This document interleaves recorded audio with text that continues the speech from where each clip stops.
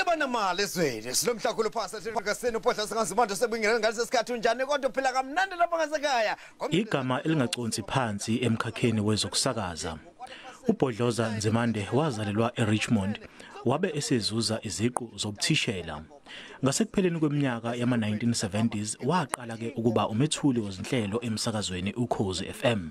Umndeni wakhe uthi yize ebesezuze lukhulu kulomkhakha kepha ube ngumuntu osithobile. Umndeni wakwaNzimande, abangani abasebenza naye siqhameke uduma olingeqhwa nentwala.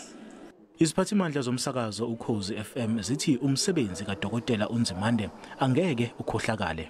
As a station manager ke uBhodloza wathatha umsakazo wasusa ku 3 million wazobe u6 million abalaleli ngo2006.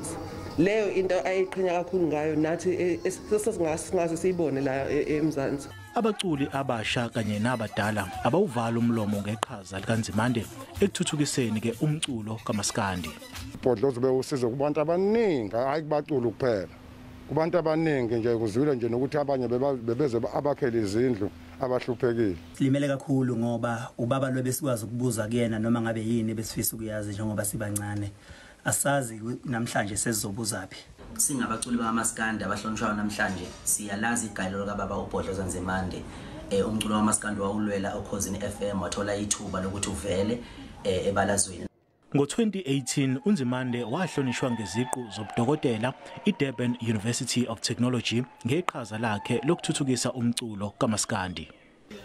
Kuwe insika emkhakheni wezokusakaza umculo wesintu kuleli. uDokotela uNzimande akagcinanga nje ngokuthuthukisa amaciko asafufusa kepha uphinde wabamba elikhulu iqhaza ekuletheni ke ubumbano nokuthula komaskandi bakuleli. NginguSimphiwe Makhanya wezindaba ze SABC ngiseThekwini.